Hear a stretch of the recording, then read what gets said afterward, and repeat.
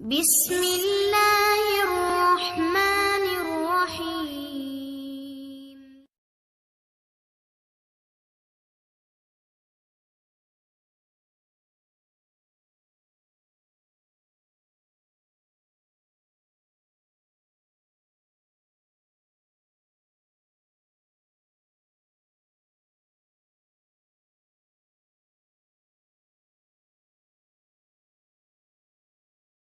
कि प्रॉफिट सल्लल्लाहु अलैहि वसल्लम जो है वो जा रहे हैं जन्नतुल बकी का विजिट करने के लिए। उसके उसमें थोड़ा-सा क्योंकि ये आउट ऑफ नोवेयर था, उस वक़्त उनको आराम करने की ज़रूरत थी and he was going to Jannatul Baqi and he was praying for them.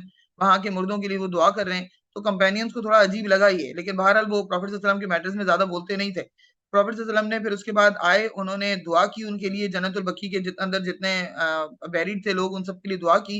उसके बाद वो पलपिट पे गए। अपनी पलपिट क्या होता है बेटा? मैं जो प्लेटफॉर्म होता है जिसपे से लेक्चर देते हैं। हाँ, जिस पर डिलीवर्स करते हैं ना सरमन सरमन, ये जो मस्जिद के अंदर बना हुआ होता है। मिंबर मिंबर जिसे उर्दू में हम मिंबर कहते हैं ना, मिंबर पे जाकर आप खुतबा डिलीवर करते हैं, अजान दी जाती है वहां से, तो जो भी स्पेशल अनाउंसमेंट्स होती हैं वो पलपिट से होती हैं। तो प्रॉफिट सल्लल्लाहु अलैहि वसल्लम पलपिट पे गए और जाकर उन्होंने क्या कहा, उन्होंने बड़े एक खूबसूरत वर्ड्स कहे जिसपे कंपेनियंस को समझ में आ गई कि वो किसकी बात कर रहे हैं। प्रॉफिट सल्लल्लाहु अलैहि वसल्लम ने अपना नाम नहीं लिया ना, अपने अपने अपने आप को रेफर किया। उन्होंने सिर्फ ये कहा कि there is a slave of Allah, a servant of Allah. अल्लाह का एक बंदा है। There is a servant of Allah, अल्लाह का एक बंदा है। And Allah gave him a choice, अल्लाह ने उस बंदे को क्या दिए?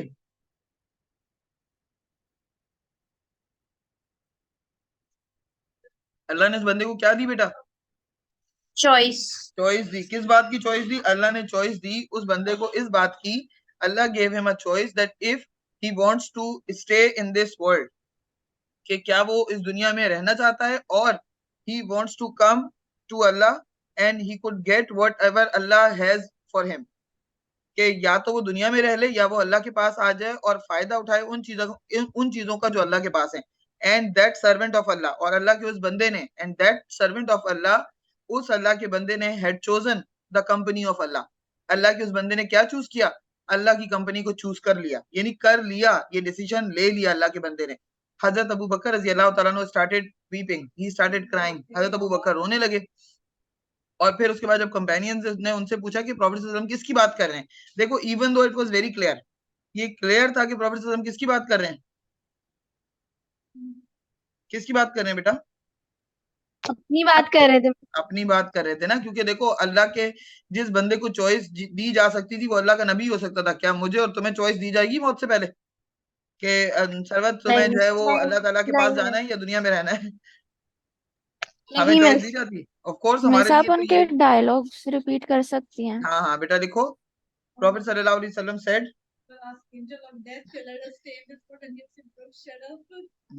अल्लाह has a servant, inverted commas में लिखना है ये, अल्लाह हैज अ सर्वेंट, यानी अल्लाह का एक बंदा है। उन्होंने सिर्फ रेफर किया, उन्होंने कुछ अपना अपना नाम भी नहीं दिया। Allah has a servant unto whom, unto, unto whom Allah, unto whom Allah has given the choice, unto whom Allah had given the choice between this world and between this world and then which is, and between this world and that which is,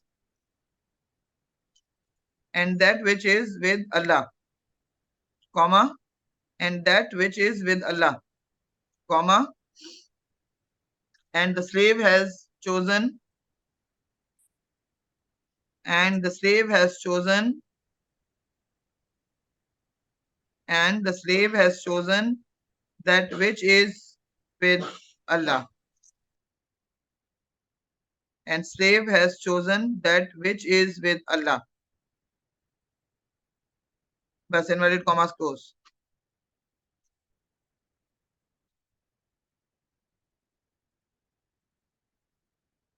फिर क्या हुआ कि profit सल्लल्लाहु अलैहि वसल्लम lead the prayer. इसके बाद profit सल्लल्लाहु अलैहि वसल्लम ने नमाज भी लेट की।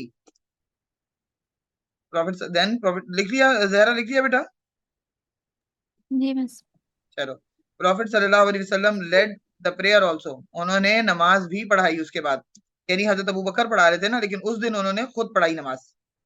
प्रॉफिट सल्लल्लाहु अलैहि वसल्लम लेड द प्रेयर, और उसके बाद जो है वो प्रॉफिट सल्लल्लाहु अलैहि वसल्लम की तबीयत और ज्यादा खराब होने लगी। एंड देन प्रॉफिट सल्लल्लाहु अलैहि वसल्लम आस्क्ड हजरत अबू बकर, उन्होंने प्रॉफिट सल्लल्लाहु अलैहि वसल्लम ने हजरत अबू बकर से कहा कि वो नमाज पढ़ाएं। पहले उन्होंने खुद लीड की प्रेयर, ये आखिरी नमाज थी जो उन्होंने पढ़ाई। That was the last prayer which profit सल्लल्लाहु अलैहि वसल्लम लेड। मिस ये जोहर की नमाज। हाँ, जोहर की नमाज आखिरी नमाज थी जो उन्होंने पढ़ाई, और उसके बाद उन्होंने हजरत अबू बकर से कहा कि वो जाके असर की नमाज पढ़ाएं। He asked Hazrat, then he asked हजरत अबू बकर, उनको हेडेक शुरू हो गया। देन ही हैड हेडेक, और ऐसा सर में दर्द, ऐसा सर में दर्द कि he never felt it before, कभी उनको ऐसा हेडेक नहीं हुआ जैसा इनको अभी हुआ प्रॉफेट सल्लल्लाहु अलैहि वसल्लम को। इतनी वो शदीद तकलीफ में थे कि हद नहीं, मतलब उनकी बर्दाश्त से बाहर था वो हेडेक। प्रॉफेट सल्लल्लाहु अलैहि वसल्लम कंटिन्यूअसली विस्परिंग द सप्लिकेशंस, यानी वो मुंह में जैसे कुछ ममलिंग करते हैं ना, वो ऐसे कुछ ना कुछ पढ़ रहे थे। उस हेडेक में वो नमाज नहीं पढ़ा सकते थे। He asked Hazrat Abu Bakr to lead the prayer, फिर उन्होंने हजरत अबू बकर से दोबारा कहा कि आप दोबारा से नमाज पढ़ाएं। और प्रॉफेट सल्लल्लाहु अलैहि वसल्लम वाज विस्परिंग सम रेसिटेशंस, कुछ रेसिटेशंस वो पढ़ते जा रहे थे और बार-बार जो है ना पैराडाइज को याद कर रहे थे। मतलब he was talking about the paradise and he was talking about सलाह। जो वो ममलिंग कर रहे थे ना, उसमें वो कुछ रिसिटेशन कर रहे थे और साथ-साथ वो कुछ बार-बार सलाह सलाह सलाह का वर्ड यूज कर रहे थे। यानी वो सलाह का वर्ड किसके लिए था? उम्मत के लिए, कि जो भी उनके करीब हैं, उम्मतियों में से जो भी उनके करीब थे, यानी जो भी हजरत आयशा सुन रही हो या हजरत फातिमा सुन रही हो, जो उनके करीबी लोग थे, they should deliver the message to the उम्मा, कि वो आखिरी वक्त में भी प्रॉफिट सल्लल्लाहु अलैहि वसल्लम वाज टॉकिंग अबाउट सलाह। हमारे यहाँ लोग क्या कहते हैं कि हुकूकुल इबाद माफ नहीं होंगे, हुकूकुल्लाह तो माफ हो जाएंगे, क्योंकि हुकूकुल्लाह जो है वो उनका ताल्लुक अल्लाह से है। लेकिन ये बहुत बड़ी मिथ है हमारी कि हुकूकुल्लाह भी बड़ी आसानी से माफ हो जाएंगे। बेटा, हुकूकुल्लाह जो है जिनमें नमाज जो है वो सबसे इंपॉर्टेंट है, सबसे इंपॉर्टेंट। तो नमाज जो है वो किसी हाल में माफ नहीं है। देखो हमारे पास कितनी सारी चीजें हैं जो ऑल्टरनेटिव है, लेकिन नमाज किसी हाल में अल्लाह ने माफ नहीं की है। और प्रॉफिट सल्लल्लाहु अलैहि वसल्लम अपनी डेथ के टाइम पे कंटिन्यूअसली रिपीटिंग द वर्ड सलाह सलाह सलाह। और फिर उसके बाद प्रॉफिट सल्लल्लाहु अलैहि वसल्लम की उसी विस्परिंग करते करते सप्लिकेशन में ही प्रॉफिट सल्लल्लाहु अलैहि वसल्लम की डेथ हो गई। मैंने वो बताया था डेथ से पहले उन्होंने मेरे ख्याल से पिछली क्लास में बताया था कि हजरत फातिमा को बुलाया, उनके कान में कुछ कहा। नहीं मिस वो वाली नहीं बात बताया नहीं था? बताई। अच्छा, जब वो इस कंडीशन में थे ना, उस वक्त उन्होंने हजरत फातिमा को बुलाया और उनके कान में कुछ कहा। फिर वो हजरत फातिमा जो है वो बहुत ज्यादा रोने लगी, बहुत ज्यादा। फिर उन्होंने दोबारा उनको बुलाया और फिर कुछ कहा उनके कान में, तो शी स्टार्टेड स्माइलिंग, वो खुश हो गई, स्माइल करने लगी। अब प्रॉफेट वसल्लम की तो डेथ हो गई। उसके बाद प्रॉफेट वसल्लम की डेथ के कुछ दिन के बाद हजरत आयशा आस्क्ड हजरत फातिमा, हजरत आयशा को क्यूरियोसिटी तब से लगी हुई थी, लेकिन उस वक्त that was not the time. हर चीज का राइट टाइम चाहिए होता है ना। उस वक्त टाइम नहीं था कि हजरत आयशा फौरन उनसे आउट ऑफ क्यूरियोसिटी पूछती कि प्रॉफेट वसल्लम क्या कह रहे हैं, क्या कह रहे हैं, बताओ मुझे भी। तो she didn't ask, but later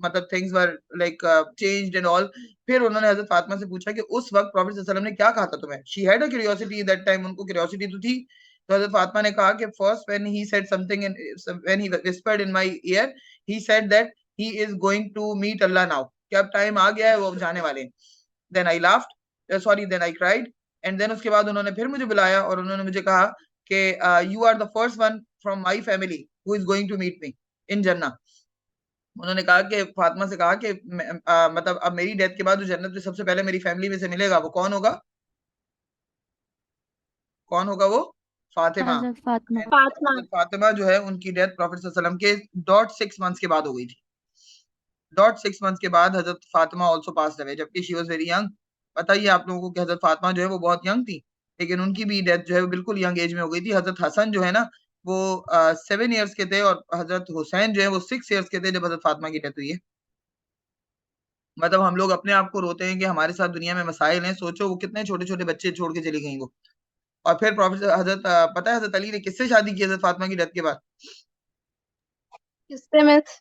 उन्होंने शादी की हजरत जैनब की बेटी उमामा से। जैनब की बेटी को, जैनब कौन सी जैनब है? प्रॉफिट सल्लल्लाहु अलैहि वसल्लम की बड़ी बेटी जैनब, अबू हाँ लास हाँ की मिस। बेटी। मतलब अपनी जो हजरत फातिमा की जो भांजी थी ना, उनसे शादी की हजरत अली ने। क्योंकि पता है क्यों? क्योंकि हजरत मिस हसन भी छोटे भांजी थे। कैसे? भांजी हुई ना, तो जैनब और हजरत फातिमा आपस में बहनें थी ना। हाँ हाँ, प्रॉफेट अच्छा, सल्लम की मैं दोनों सूंगी बेटियां हैं ना। साली से। मैं हाँ सूंगी साली से एक तरह से। हाँ, मतलब साली नहीं थी, वो भांजी थी ना हजरत फातिमा की, तो हजरत अली की तो वो हुई ना। हजरत अली खालू लगते थे उनके, लेकिन खालू नामहरम होता है, आप लोगों को पता होना चाहिए ना। खालू नामहरम होता है, मैं खालू से। क्या मतलब, ये कैसे समझ नहीं आया, जब वो दोनों बहनें थी तो वो फिर कैसे? तो हजरत अली खालू हुए ना जैनब के। जहरा तुम्हें समझ में आ गया, सिमरा तुम्हें समझ में आ गया बेटा, ये रिलेशन जी मिस आ गया। आ गया ना। देखो खालू जो होता है ना, वो नामहरम होता है, जिस तरह फूफा नामहरम होता है, इसी तरह खालू नामहरम होता है। नामहरम वो शख्स होता है जिसके साथ आपकी किसी भी कंडीशन में शादी जायज होती है। आपके जो कजन होते हैं वो नामहरम होते हैं, ठीक है। आपका चाचा आपका महरम है, आपका मामू आपका महरम है, लेकिन आपका फूफा और आपका खालू आपका क्या होता है, नामहरम होता है, ठीक है। जो लोग शरई पर्दा करते हैं वो फूफा और खालू से भी पर्दा करते हैं। इसी तरह जो मामी होती है और जो चची होती है वो भी लड़कों के लिए नामहरम होती है। Are you getting me? Ayesha, समझ में आई जी। बात? तो नामहरम इसी वजह से होती है कि उनसे शादी जायज होती है। तो अब जो हजरत अली ने शादी की जैनब की बेटी से, तो वो हजरत अली उसके खालू थे ना पहले उनके। लेकिन फातिमा की डेथ के बाद वो रिश्ता खत्म हो गया। एक ही निकाह में एक भांजी और एक खाला को जमा नहीं किया जा सकता। यानी हजरत फातिमा के जिंदा होते हुए हजरत अली जो है वो उमामा से शादी नहीं कर सकते थे, अलाउ नहीं था। जिस तरह एक बंदा दो बहनों से शादी नहीं कर सकता, इसी तरह एक बंदा खाला भांजी से भी शादी नहीं कर सकता, इसी तरह एक ही बंदा फूफी भतीजी से भी शादी नहीं कर सकता, ठीक है। लेकिन चूंकि हजरत फातिमा की डेथ हो गई थी, इसलिए अब उनके लिए अलाउ था कि वो जैनब की बेटी से शादी कर लेते। और हजरत फातिमा ने खुद ही हजरत अली को कहा था कि वो करें, क्योंकि उनको पता था कि हसन हुसैन को कौन संभालेगा, कोई बाहर से खातून आएगी तो पता नहीं वो संभाले या ना संभाले। तो उनको ट्रस्ट था उमामा पे, अपनी बहन की बेटी पे उनको ट्रस्ट था, इसलिए उन्होंने हजरत अली से कहा कि वो उमामा से शादी कर लें उनकी डेथ के बाद। तो हजरत अली ने उनसे शादी कर ली थी। बहरहाल, अब हम अगर आगे बढ़ते हैं बेटा, तो प्रॉफेट सल्लल्लाहु अलैहि वसल्लम की हो गई डेथ। अब प्रॉफेट सल्लल्लाहु अलैहि वसल्लम की डेथ के बाद जो हमारे पास इंपॉर्टेंट टॉपिक आता है, वो आता है आउटस्टैंडिंग क्वालिटीज ऑफ प्रॉफेट सल्लल्लाहु अलैहि वसल्लम। ये हमारा आखिरी टॉपिक है इस उसका। आउटस्टैंडिंग क्वालिटीज का मतलब बेटा, इसमें एक चीज और भी तुम लोग लिख मिस्र, सकते हो। हाँ बताओ, क्या कह रही हो बेटा? मिस जो बिल्कुल सबसे अलग हो, सबसे यूनिक हो। हाँ, सबसे यूनिक क्वालिटीज जो प्रॉफेट सल्लल्लाहु अलैहि वसल्लम की थी, ये वो थी। हर नबी को अल्लाह ताला ने डिफरेंट डिफरेंट क्वालिटीज दी। अच्छा, सारे नबियों के बारे में एक जनरल वो है, रेफरेंस है। प्रॉफेट सल्लल्लाहु अलैहि वसल्लम ने फरमाया कि earth does not eat the bodies of the prophets. Prophet सल्लल्लाहु अलैहि वसल्लम ने क्या फरमाया कि जितने भी नबी जो दुनिया से जाते हैं ना, जमीन जो है वो उनकी उनकी लाशों को या उनकी बॉडीज को नहीं खाती। तो जितने भी नबी है ना। मिस मतलब हाँ डिकम्पोजिशन नहीं होता। हाँ, नहीं होता, नहीं होता। प्रॉफेट सल्लल्लाहु अलैहि वसल्लम ने कहा कि नबी, जितने भी नबी, 1,24,000 नबी जितनों की डेथ हो गई है सिवाय हजरत ईसा अलैहि सलाम के, उन उन सब की बॉडीज अपनी अपनी ग्रेव के अंदर इंटैक्ट है। They are not eaten by the graves. वो ग्रेव्स उनको नहीं खाती। हाँ हाँ, क्या ईसा बेटा? अलैहिस्सलाम को क्यों नहीं मिस? ईसा अलैहि सलाम तो है ही जिंदा, वो तो अभी जिंदा है ना। वो तो अपनी अच्छा। रूह और जिस्म के साथ ऊपर चले गए ना, उनको तो दफनाया ही नहीं है। वो तो जिंदा है, वो तो वापस आएंगे। लेकिन बाकी जितने भी मैसेंजर्स हैं, जितने प्रॉफिट्स हैं, जिनकी सबकी डेथ हो गई है, they are intact in their graves. जमीन जो है वो उनके, देखो ये तो प्रॉफेट सल्लल्लाहु अलैहि वसल्लम ने शोहदा के बारे में भी कहा, जो मार्टर्ड हो जाते हैं अल्लाह के रास्ते में, उनको भी जो है वो जमीन नहीं खाती। तो इसी तरह से जो कंपेनियंस हैं वो भी अपनी अपनी बॉडीज के साथ इंटैक्ट है जमीन के अंदर, उनको भी मिस तो उनकी मतलब अगर हाँ उनकी कब्र खोदेंगे तो वो बिल्कुल वैसे ही होंगे। हाँ, बिल्कुल वैसे ही होंगे ना। बीच में दो सहाबी थे जिनकी कब्र खोदी गई थी ना, एक शायद हजरत अब्दुल्ला बिन जुबैर थे और दूसरे का नाम मुझे याद नहीं आ रहा। दो सहाबी थे जो, एक सऊदी अरब का जो बादशाह था, पहले उस वक्त जो बादशाह था शाह फैसल के बाद, उसने ख्वाब में कंटिन्यूअसली उन कंपेनियंस को वो देख रहा था जिसमें वो उससे हेल्प मांग रहे थे। तो उसने फिर अपनी जो बात है, वो जो सऊदी उस वक्त गवर्नमेंट थी, उनसे डिस्कस किया कि मैं ये ख्वाब रोजाना देख रहा हूँ। तो फिर जब उनकी कब्रों को खोदा गया तो उनकी कब्रों के अंदर पानी था। मतलब पता नहीं कैसे कोई फ्लड आया था या कुछ आया था जिससे उनकी कब्रें पानी से भर गई थी। और फिर उनकी बॉडीज को बाकायदा तौर पे शिफ्ट किया गया था कहीं और वहां जाकर दफनाया गया था, एंड बॉडीज वर इंटैक्ट। इस मौजे को देखने के लिए दुनिया भर से लोग गए थे। तो हमारे जैसे लोग तो नहीं जा सकते थे, जो जो बड़े बड़े लोग होंगे इन्फ्लुएंशियल वही गए होंगे, क्योंकि उस वक्त तो तो पाबंदी लगा मिस दी वो थी जो ना। कंपेनियंस थे वो प्रॉफिट थोड़ी थे। नहीं तो कंपेनियंस तो थे ना। तो कंपेनियंस की जब बॉडी डिकम्पोज नहीं हुई, प्रॉफिट सल्लल्लाहु अलैहि वसल्लम ने तो इनका कहा ना, शोहदा के बारे में कहा। प्रॉफिट सल्लल्लाहु अलैहि वसल्लम ने हजरत, वैसे अब्दुल्ला बिन जुबैर भी शहीद थे, उनको हज्जाज बिन यूसुफ ने शहीद किया था। तो क्या पता इसलिए ना हुई वो कंपेन उनकी, क्योंकि वो शहीद थे। शहीदों की भी तो बॉडीज नहीं होती ना डिकम्पोज, और उनको दफनाया भी, उनको कफन भी नहीं दिया जाता, आप लोगों को पता होगा शायद। उनको एज इट इज दफना दिया जाता है जिस हालत में वो शहीद होते हैं ना। मिस तो कफन तो वैसे भी नहीं देते। हाँ, मतलब कफन तो वैसे भी नहीं देते। क्यों नहीं देते भाई? कफन के बगैर बॉडी दफना देते हैं। मिस यहाँ मतलब पे वो क्या पहनाया जाता है? कपड़ा या वो कफन व्हाइट कफन। कलर का कपड़ा होता है ना। ओ अच्छा। हाँ हाँ। कफन जो होता है ना वो तो ताबूत होता है, तुम कॉफिन समझ रही हो शायद। ये तो हाँ मिस उर्दू मैं वाला उससे कफन। कंफ्यूज कर रही थी। नहीं नहीं, ये कफन है, मिस आप उर्दू क्या? वाला जो कफन होता है व्हाइट कलर का, वो तो कॉफिन होता है ना, वो ताबूत जो होता है। एक वो लंबा सा जो होता है, वो उसके साथ तो नहीं दफनाया जाता। लेकिन ये जो कफन होता है ना, व्हाइट कलर का जो क्लोथ होता है, इसको नहलाने के बाद पहनाया जाता है। बॉडी को पहले गुस्ल देते हैं और फिर उसके बाद कफन पहनाते हैं। व्हाइट कलर का पूरा क्लोथ, दो अलग अलग क्लोथ होते हैं, जैसे हराम नहीं होता उस तरह के दो अलग अलग क्लोथ होते हैं, नीचे की बॉडी के लिए अलग, अपर बॉडी के लिए अलग, लेकिन अनस्टिच होते हैं ये भी। लेकिन जो शुहदा होते हैं ना, जैसे वहां पर हजरत हमजा की शहादत हुई बैटल ऑफ ओहद में, तो प्रॉफेट सल्लल्लाहु अलैहि वसल्लम ने ना तो उनको गुस्ल दिया, ना ही उनको जब सिर्फ नमाज जनाजा पड़ी, और उनको एज इट इज दफना दिया। उनकी तो बॉडी पूरी म्यूटिलेटेड थी। इसी तरह से बाकी जो कंपेनियंस अगर शहीद हो जाते थे, तो उनको क्या किया जाता था, देन एंड देयर उसी जगह पे दफना दिया जाता था। बॉडीज को लेकर नहीं जाया जाता था कि पहले इनको गुस्ल देंगे, फिर इनका जनाजा पढ़ेंगे और फिर इनको दफनाएंगे। मिस हाँ, मिस तुम के अंदर से ब्लीडिंग हो रही होगी, वो कुछ भी नहीं? नहीं वो खत्म हो जाती है फिर। देखो शुहदा के साथ सिलसिला अलग होता है, जब वो अल्लाह के रास्ते में शहीद हो गए, खत्म हो गए, तो फिर वो ब्लीडिंग वगैरह, तो जब बॉडी मर जाती है ना, बॉडी के अंदर जब सांसें खत्म हो जाती हैं, तो ब्लीडिंग वगैरह सब रुक जाती है बेटा।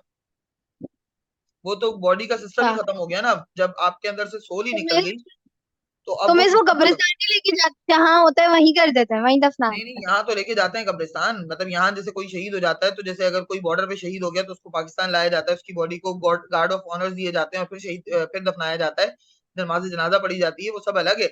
लेकिन उनको जो प्रॉफेट सल्लल्लाहु अलैहि वसल्लम के टाइम पर ये नहीं होता था, बॉडीज को इधर उधर मूव नहीं करते थे। वो जहां जिसकी शहादत होती थी, या जो जहां पर मरता था, उसको वहीं दफन कर देते थे। ये तो वाला मिस कॉन्सेप्ट तो हमारा है। वहां पर ही कब्र बना देते थे। हाँ, वहीं पे कब्र बन जाती थी। वहीं पर कब्र, जैसे तुम अगर जाओ ना उम्रा करने, अभी कौन गया था उम्रा करने? मरिया गई थी। हाँ, तुम में से तो कोई नहीं गया, मरिया गई थी। तो वो वहां पर जैसे पहाड़ है ओहद का पहाड़, उसके ऊपर जो 70 मुस्लिम शहीद हुए थे ना बैटल ऑफ ओहद में, उन सब की कब्रें हैं लाइन से। हाँ तो सही है। क्योंकि जहां पर जिस जगह पर डेथ होती थी, वहीं पर वहां से मदीना लेके जाते ओहद से, और फिर उनको वहां पे दफनाते। तो इस तरह उन्होंने नहीं किया, वहीं पर जबले ओहद पे ही दफना दिया। इसी तरह किसी की शहादत अगर वहां खैबर के पास हुई, वहीं पर दफना दिया। तो हमें इसीलिए कंपेनियंस की ग्रेव्स ना डिफरेंट डिफरेंट जगहों पे नजर आती हैं, क्योंकि जिस जगह जो शहीद हुआ उसको वहीं दफना दिया गया। तो वो आप आगे आगे चलते जाते हैं, और पीछे जो है वो वहीं पर दफना दिया जाता है उनको। बहरहाल अब क्या हुआ कि प्रॉफेट सल्लल्लाहु अलैहि वसल्लम की आउटस्टैंडिंग क्वालिटीज में से बेटा सबसे पहले हम लिखेंगे, हम पहले इसको ना जॉट डाउन कर लेंगे। पहली क्वालिटी जो आती है हमारे पास, वो होती है काइंडनेस। अच्छा, हमें ना रैंडम आंसर नहीं लिखना। तुम लोग जाते हो रैंडम आंसर पे, इसके अंदर कम से कम दो रेफरेंसेस लिखने हैं काइंडनेस के। दो रेफरेंसेस का मतलब समझ रहे हो, यानी हदीस से या कुरान से दो रेफरेंसेस आपने लिखे हैं। एक रेफरेंस तो जनरल सारी की सारी क्वालिटीज के लिए लग सकता है, जिसको हम कहते हैं कुरान के अंदर अल्लाह ताला ने क्या कहा प्रॉफेट सल्लल्लाहु अलैहि वसल्लम के बारे में, प्रॉफेट सल्लल्लाहु अलैहि वसल्लम is the best example of perfection. Prophet सल्लल्लाहु अलैहि वसल्लम, ये जनरल बेटा रेफरेंस है। कोई भी क्वालिटी आई प्रॉफेट सल्लल्लाहु अलैहि वसल्लम की, उसमें आप लोग ये वाला रेफरेंस डाल सकते हैं। इसको कहते हैं general reference for all the qualities. चाहे वो स्पेसिफाई करके आपको सीआई वाले दे रहे हो कि write down the detail account of kindness and mercy, या फिर काइंडनेस एंड फॉरगिवनेस। हाँ, रेफरेंस रिपीट कर दे रेफरेंस। हाँ रिपीट कर रही हूँ, लिखो। प्रॉफिट मोहम्मद सल्लल्लाहु अलैहि वसल्लम इन्नका लाला खुलुकिन अजीम, इसकी ट्रांसलेशन बता रही हूँ मैं। इंडीड, लिखो Indeed he is the best example of perfection. Indeed Indeed he he is the best example of perfection. यानी प्रॉफिट सल्लल्लाहु अलैहि वसल्लम, अल्लाह कुरान के अंदर कह रहा है कि वो क्या है, परफेक्शन की बेस्ट एग्जांपल है। तो फिर अब इसके अंदर सारी क्वालिटीज आ गई ऑफ कोर्स। अब आती है काइंडनेस। काइंडनेस के अंदर देखो, हमें पहले तो रेफरेंस लिखना है कुरान या हदीस से, कि कुरान प्रॉफिट सल्लल्लाहु अलैहि वसल्लम की काइंडनेस के बारे में कुछ बात कर रहा है, या हदीस प्रॉफिट सल्लल्लाहु अलैहि वसल्लम की काइंडनेस के बारे में कोई बात कह रही है। पहले तो हम वो लिखेंगे, उसके बाद फिर हम आगे जाएंगे, और हम जो है वो काइंडनेस की एग्जांपल लिखेंगे कि प्रॉफिट सल्लल्लाहु अलैहि वसल्लम ने अपनी लाइफ से कैसे एग्जांपल सेट की काइंडनेस की।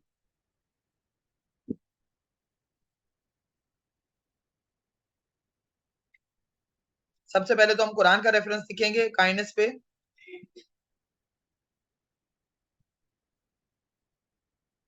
इस बोले हाँ, इन्वर्टेड कॉमास में लिखो Quran says about the kindness of the prophet सल्लल्लाहु अलैहि वसल्लम। इन्वर्टेड कॉमास में लिखो Quran says about the kindness of the prophet सल्लल्लाहु अलैहि वसल्लम। इन्वर्टेड कॉमास में लिखो श्योरली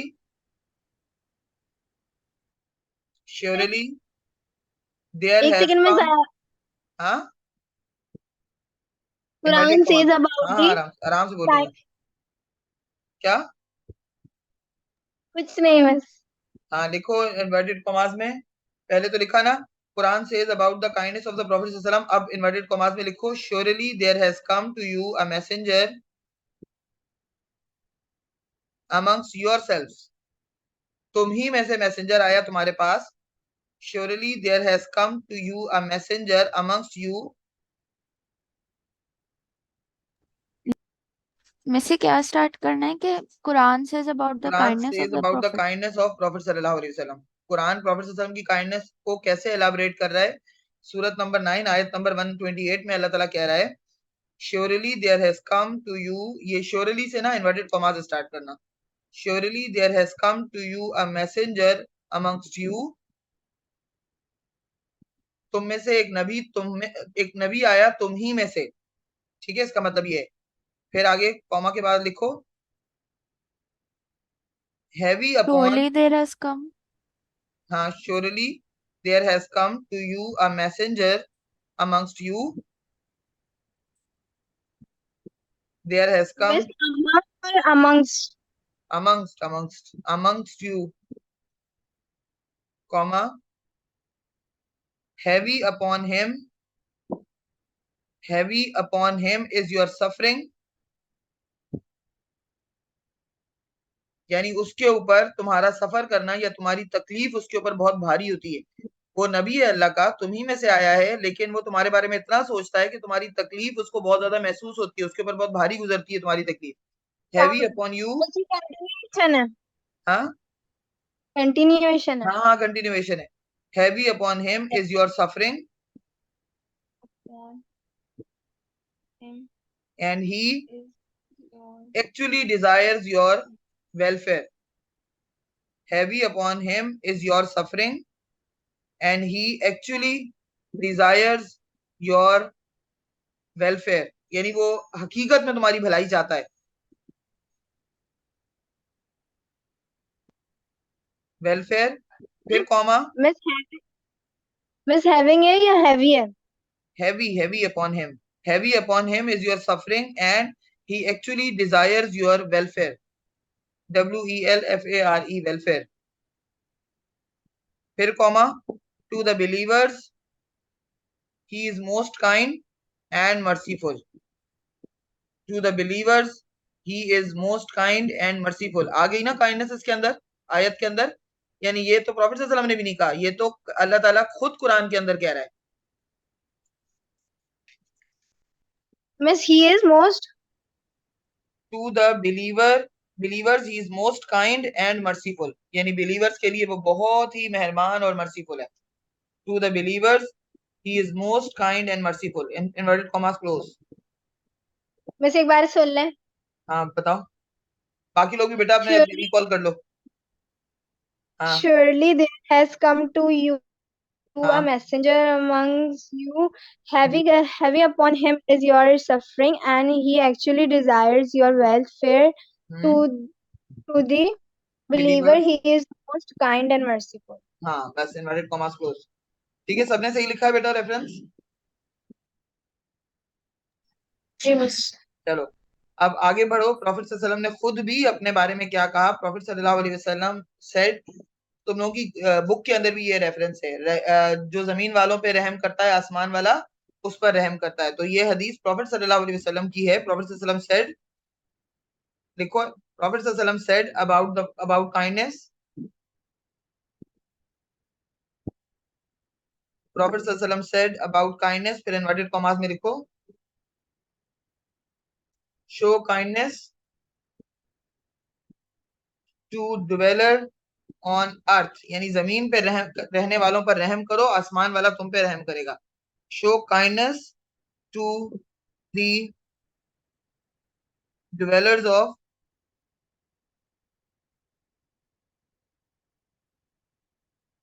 dwellers की स्पेलिंग लिख दी मैंने। अच्छा, show kindness to dwellers on earth so that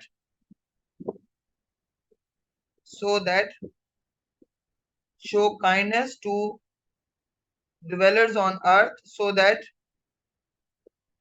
Allah in heavens may show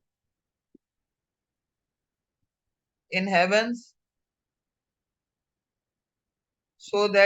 in heavens may show kindness to you। तुम रहम या मेहरबानी शो करो, काइंडनेस शो करो जमीन वालों पर, आसमान वाला तुम पर रहम करेगा। मिस क्या ड्वेलर्स का मतलब क्या होता है? ड्वेलर्स रहने वाले, जैसे हम है ना, ड्वेलर्स जमीन पर रहने वाले हम है ना, ड्वेलर्स इसी तरह जानवर, परिंदे, हर चीज इसके अंदर आ जाती है। यानी जमीन पे रहने वाली जितनी मखलूकात हैं, जितने भी क्रिएचर्स हैं, वो सब जमीन के ड्वेलर्स हैं, जमीन पे रहने वाले हैं। इसके अंदर चरिंद परिंद, इंसान, जानवर, पौधे सब आ जाते हैं। यानी आपने अननेसेसरली पौधों तक को परेशान नहीं करना। जो बच्चे होते हैं चलते फिरते, जी बिल्ली को मार रहे हैं, लात मार के आ रहे हैं, इधर से उधर कुत्ते को जो है वो खामा खा के पत्थर मार रहे हैं, मतलब अननेसेसरली जमीन पे रहने वाले किसी भी मखलूक को तंग नहीं करना हमें। दैट अल्लाह, दोबारा से सुनो reference, show kindness to the dwellers on earth so that Allah in heavens may show mercy, may show kindness to you. ठीक है, लिख दिया। ये हो गए रेफरेंसेस। अब मुझे बताओ काइंडनेस का कोई भी इवेंट जो हमने पढ़े हैं, सारा प्रॉफिट सल्लल्लाहु अलैहि वसल्लम की लाइफ से काइंडनेस जो शो करी हो, कोई ऐसा इवेंट? मिस जिसमें जैसे वो जो औरत थी इनके ऊपर कचरा फेंकती थी, नहीं ये नहीं हुआ। हाँ, ये भी लिख सकते हैं आप। वो तो कचरा फेंकने वाली बूढ़ी औरत को बस बहुत पसंद है हमें, उसके बारे में हम जरूर बात करते हैं। कर लिख लेना चलो, लेकिन किसी एक ही क्वालिटी में लिखना है। बच्चे क्या करते हैं, काइंडनेस में भी वही लिख लेते हैं, मर्सी में भी वही लिख लेते हैं, तो सब में वही मिस लिखना। अगर एक ही सवाल में आया तो सेम रेफरेंस तो नहीं दे सकते नहीं ना? नहीं नहीं, सवाल ही पैदा नहीं होता। देखो, अगर मर्सी और काइंडनेस उन्होंने अलग अलग से दे दिया तुम्हें, वैसे वो देते नहीं है, अभी तक तो आज तक नहीं आया, लेकिन आप फॉर एग्जाम्पल अगर दे दिया तो सेम रेफरेंस तुम लोग नहीं दे सकते। देखो, ये वाला रेफरेंस हम फॉरगिवनेस में भी तो लिख सकते हैं ना, ये बूढ़ी औरत वाला। अगर फॉरगिवनेस हाँ और काइंडनेस आ गया, तो अगर तुमने काइंडनेस में ये वाला लिख दिया बूढ़ी औरत वाला, फिर तुम दोबारा से उसके अंदर रिपीट नहीं करोगे फॉरगिवनेस में। ठीक है, तो ये बड़ा एहतियात करना कि जब इवेंट्स लिख रहे हो तो इवेंट्स को रिपीटेडली आपने हर एक क्वालिटी के अंदर सेम नहीं लिखना, अलग अलग आपने लाने हैं रेफरेंसेस। ठीक है, अलग अलग एग्जांपल्स आपने देनी है। काइंडनेस के अंदर ये बूढ़ी औरत वाला भी लिख सकते हैं, बिल्कुल एक हजरत अनस रजी अल्लाह तआला अन्हु का इंसिडेंट काइंडनेस से बड़ा रिलेट करता है। हजरत अनस रजी अल्लाह तआला अन्हु spend around 30 years in the services of the prophet सल्लल्लाहु अलैहि वसल्लम। छोटे से बच्चे थे वो, जब प्रॉफिट सल्लल्लाहु अलैहि वसल्लम के पास आए, प्रॉफिट सल्लल्लाहु अलैहि वसल्लम के साथ उन्होंने इतना टाइम स्पेंड किया, यानी वो छोटे बच्चे थे, he was a child only. और उनको ना उनकी माँ वहां से आई इसलिए थी, अनस बिन मालिक को लेकर कहीं दूर दराज का सफर करके, कि मैं जो है वो प्रॉफिट सल्लल्लाहु अलैहि वसल्लम की जो उम्महातुल मोमिनीन है, I will serve them and my sun